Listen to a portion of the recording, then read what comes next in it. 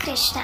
कामदा यानी जो प्रत्येक कामना को पूर्ण करने वाली है, और वो है चैत्र मास के शुक्ल पक्ष में आने वाली कामदा एकादशी। नारद पुराण में वशिष्ठ मुनि द्वारा कहा गया है कि गंगा, गया, काशी, पुष्कर, कुरुक्षेत्र, रेवा, वेदिका, यमुना और चंद्रभागा में से कुछ भी भगवान हरि के दिवस एकादशी के समान नहीं है। हे राजन, यदि कोई अनजाने में भी एकादशी का पालन कर ले तो उसके समस्त पाप तत्क्षण जलकर भस्म हो जाते हैं और वे सरलता पूर्वक आध्यात्मिक लोक को प्राप्त होता है। तो आइए चैत्र मास के शुक्ल पक्ष की इस कामदा एकादशी पर उसकी विशेष कथा और महिमा का श्रवण करते हैं। इस व्रत का पालन करने से समस्त पाप नष्ट हो जाते हैं और व्रत के पालन कर्ता को संतान प्राप्ति होती है। जी हाँ, ये एकादशी का पालन करने से और उसकी कथा का संपूर्ण श्रवण करने से मनुष्य को सभी मनोवांछित फल तो प्राप्त होता ही है, लेकिन जो दंपति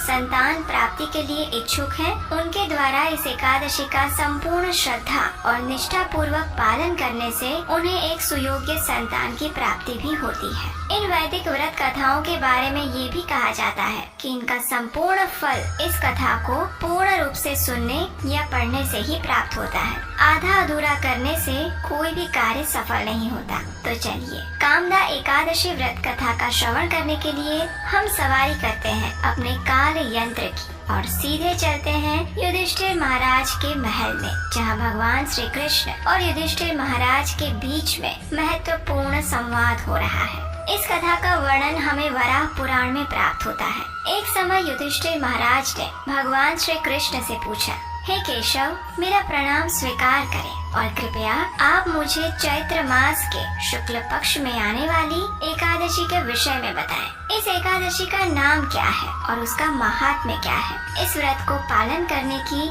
विधि भी मुझे अवश्य बताएं प्रभु। युधिष्ठिर महाराज की बात सुनकर भगवान ने उत्तर देते हुए कहा, हे प्रिय युधिष्ठिर महाराज, एक समय की बात है जब प्रभु रामचंद्र के पितामह महाराज दिलीप ने भी अपने गुरु वशिष्ठ ऋषि से यही प्रश्न किया था। उस समय उन्होंने जो वर्णन कह सुनाया था उसे अब आप ध्यान पूर्वक सुनिए। अनेक वर्षों पूर्व रत्नपुर नामक गंधर्वों और किन्नरों का एक राज्य था। उसमें पुंडरीक राजा निवास करते थे। गंधर्वों और किन्नरों का ये राज्य स्वर्ण और कीमती रत्नों से सुशोभित था। चारों ओर सुख समृद्धि और प्रसन्नता का वास था। इस राज्य में ललित नाम का एक गंधर्व अपनी पत्नी ललिता के साथ रहता था। ललिता एक विशेष नर्तकी थी। उन दोनों में अत्यंत प्रेम था। उनके घर में हर प्रकार की सुख संपत्ति थी और उनके संबंध में इतनी प्रगाढ़ता थी कि वे दोनों एक क्षण भी एक दूसरे के बिना नहीं रह सकते थे। एक बार राजा पुंडरीक की सभा में सभी गंधर्वों द्वारा गायन और नृत्य का कार्यक्रम चल रहा था। उस सभा में गंधर्व ललित भी था, लेकिन उसकी पत्नी वहाँ न होने के कारण उसका मन थोड़ा विचलित था और बार बार वह अपनी पत्नी का स्मरण कर रहा था। इस कारण से उसका स्वर बिगड़ गया और उसी समय उस राजा के दरबार में बैठे हुए एक ईर्ष्यालु सर्प, जिसका नाम करकोटक था, उसने ललित के नृत्य और गायन में होने वाली इस विसंगतता को देख लिया और उसे राजा को जाकर कह सुनाया। जब राजा को इस बात का पता चला तो वे अत्यंत क्रोधित हो गए। उन्होंने इस बात को स्वयं का अपमान समझा। गंधर्व ललित अपनी पत्नी के विचारों में मग्न था, इस कारण वह अपने कर्तव्य से चूक गया। इस बात पर क्रोधित हुए राजा ने ललित गंधर्व को श्राप देते हुए कहा, हे मूर्ख, अपनी स्त्री प्रति कामासक्ति के कारण तुमने नृत्य सभा में विसंगति का निर्माण किया है, इसलिए जाओ, मैं तुम्हें नर भक्षक बनने का श्राप देता हूँ। राजा द्वारा इस प्रकार श्राप मिलते ही ललित गंधर्व एक भयावह नर भक्षी में परिवर्तित हो गया। उसकी भुजाएं 8 मील लंबी थी, मुख एक विशाल गुफा जैसा था, उसके नेत्र सूर्य और चंद्रमा की भांति भयावह थे, उसके नथुनों पृथ्वी के विशाल गड्ढे के समान थे, उसकी गर्दन पर्वत जैसी और शरीर 64 मील ऊंचा था। इस प्रकार नर भक्षी के रूप में ललित गंधर्व यातना भुगतने लगा। उसकी पत्नी ललिता को जब इस बात का पता चला तो वह अपने पति के इस भयावह स्वरूप को देखकर शोकाकुल हो गई। अपने पतिव्रता धर्म को निभाते हुए अब ललिता भी अपने पति के साथ जंगलों में भटकने लगी। अपने पति को इस भयावह रूप में अत्यंत कष्ट भुगतते हुए देखकर वह विलाप करती रहती।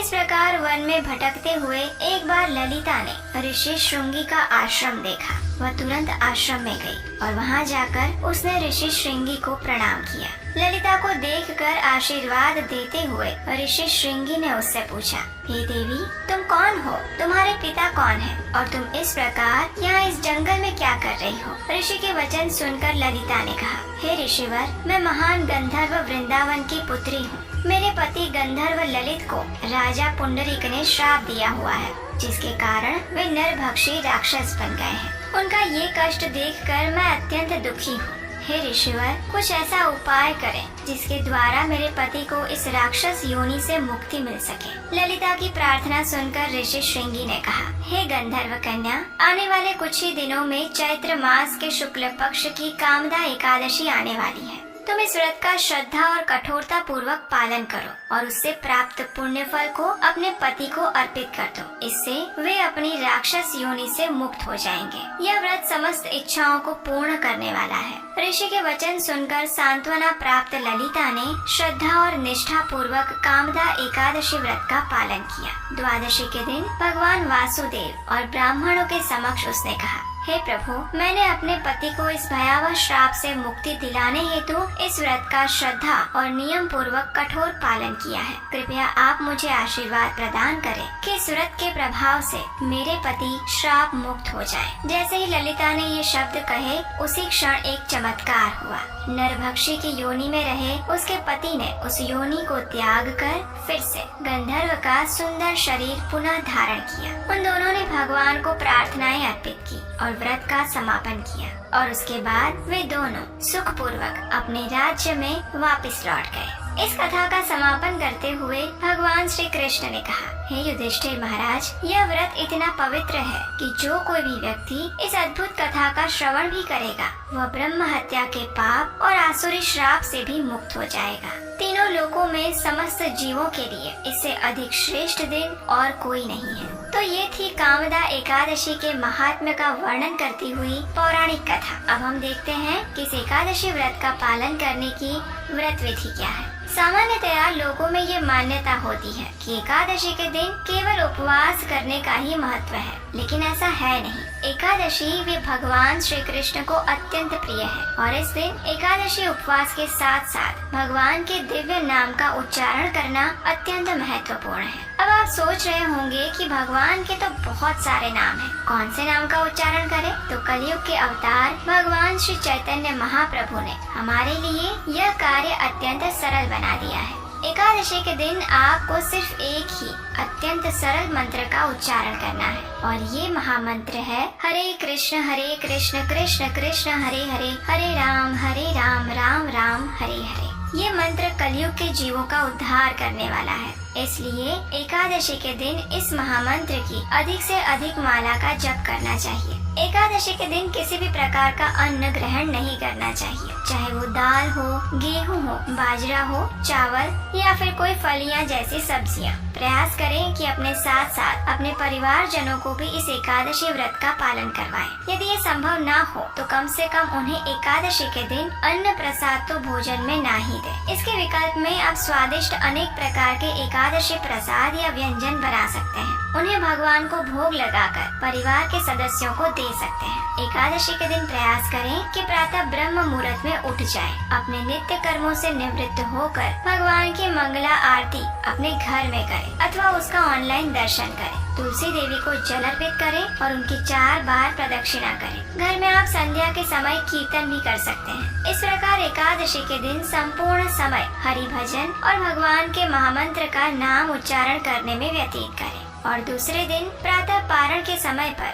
किसी भी अन्न प्रसाद के साथ आप एकादशी व्रत का पारण कर सकते हैं। पारण से पूर्व ब्राह्मणों या वैष्णवों को दान दे सकते हैं। एकादशी के अगले दिन यानी द्वादशी पर निर्धारित समय पर ही पारण करने का विशेष महत्व है। और अगर ये आप जानना चाहते हैं तो आप हमारा एकादशी पारण कैसे करें ये विशेष वीडियो देख सकते हैं। तो ये थी कामदा एकादशी की संपूर्ण कथा, उसकी व्रत विधि और उसकी महिमा। अगर आपको आज का ये वीडियो अच्छा लगा है और अगर आप हमारे द्वारा किए जा रहे वैदिक कथाओं और वैदिक एकादशी व्रत के प्रचार कार्य का सपोर्ट करना चाहते हैं तो स्क्रीन पर दिए गए नंबर पर आप हमें अपना आर्थिक सहयोग भेज सकते हैं। आपके द्वारा भेजे गए योगदान से हम आने वाली कथाओं को और बेहतर रूप में आपके समक्ष लेकर आ सकते हैं। इस एकादशी कथा को अपने मित्रों परिवारजनों को शेयर कर दीजिए ताकि उन्हें भी कामदा एकादशी व्रत कथा सुनने का पुण्य फल प्राप्त हो। और अगर आप पहली बार इस चैनल पर आए हैं तो याद से आपके अपने इस चैनल को सब्सक्राइब कर लीजिए,